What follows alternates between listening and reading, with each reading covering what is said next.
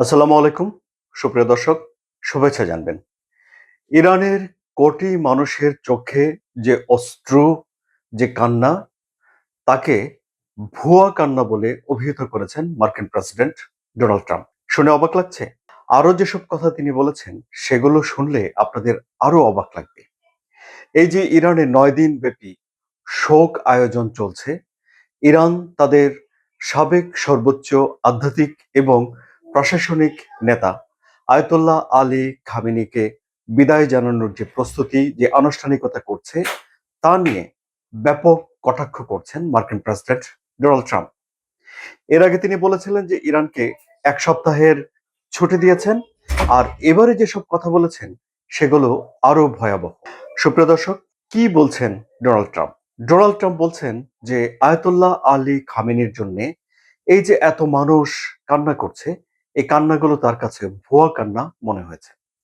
তিনি বলেছেন যে তিনি ভেবেছিলেন যে ইরানের মানুষ আয়াতুল্লাহ আলী খামেনিকে ঘৃণা করে, কিন্তু এত মানুষ এসে এখন শোক প্রকাশ করছে, এত মানুষ শ্রদ্ধা জানাচ্ছে, এত মানুষ জানাজাতে অংশগ্রহণ করছে, এগুলো ডোনাল্ড ট্রাম্পকে বিস্মিত করেছে বলে তিনি জানিয়েছেন। কোথায়? তিনি এক্সিওস নামে একটা সংবাদপত্রকে সাক্ষাৎকার দিয়েছেন। সেই সাক্ষাৎকারে তিনি এই কথা বলেছেন। ডোনাল্ড ট্রাম্প বলছেন যে এখন সর্বোচ্চ নেতাকে শ্রদ্ধা জানানোর জন্য ইরানের সব লিডাররা সবাই একসাথে এক জায়গাতে জড়ো হয়েছে। এখন এক শটে ইরানের সবাইকে তিনি মেরে ফেলতে পারবেন বলে সাক্ষাৎকারে বলেছেন। ওপেন। তিনি বলছেন যে তিনি চাইলেই এখন ইরানের এই সব নেতাদেরকে নিশ্চিহ্ন করে দিতে পারেন, কিন্তু যুক্তরাষ্ট্র এটি করছে না। কেন?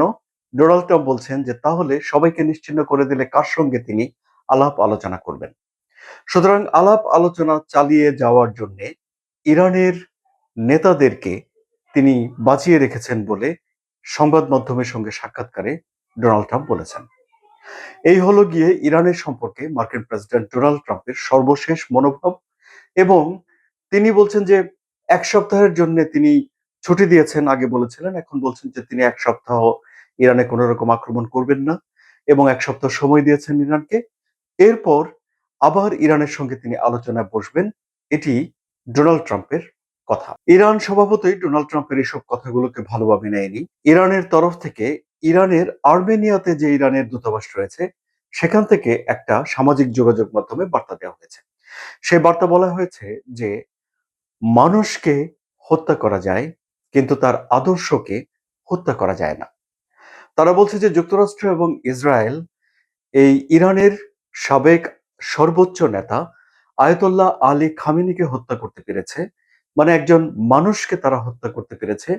কিন্তু এই যে আয়াতুল্লাহ আলী খামেনির যে আদর্শ, সেটি এখন লক্ষ প্রাণে ছড়িয়ে পড়েছে বলে ইরানের দূতাবাসের সেই সামাজিক যোগাযোগ মাধ্যম বার্তায় বলা হয়েছে। বিষয়টিকে আরো স্পষ্ট করে বোঝানোর জন্য সেই বার্তায় বলা হয়েছে যে বিষয়টি একটা সুগন্ধি ভর্তি শিশির মতো, যে বোতলটি ভেঙে গেছে, ভেঙে যাওয়ার পর সুগন্ধ চারদিকে ছড়িয়ে পড়ছে। এই সুগন্ধকে তারা তুলনা করছে আয়াতুল্লাহ আলী খামেনির আদর্শের সঙ্গে এবং বলছে যে এই আদর্শ এখন লাখো কোটি মানুষের প্রাণে ছড়িয়ে পড়ছে। আবার ওই টুইট বার্তায় বলা হয়েছে যে যুক্তরাষ্ট্র কিংবা মার্কিন প্রেসিডেন্ট ডোনাল্ড ট্রাম্প এই বিষয়টি বুঝবেন না। কেন?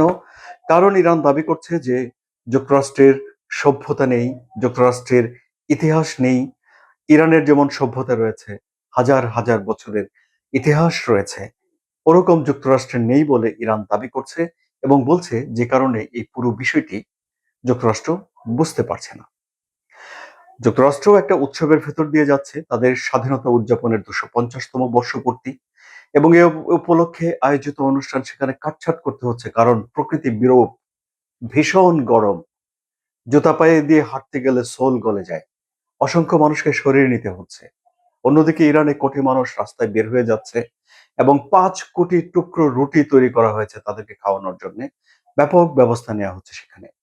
এই যে আয়াতুল্লাহ আলী খামেনির জানাজা অনুষ্ঠিত হলো, সেখানে তার ৩ ছেলে অংশগ্রহণ করেছেন বিনম্র শ্রদ্ধায়, অস্ত্র সজল নয়নে।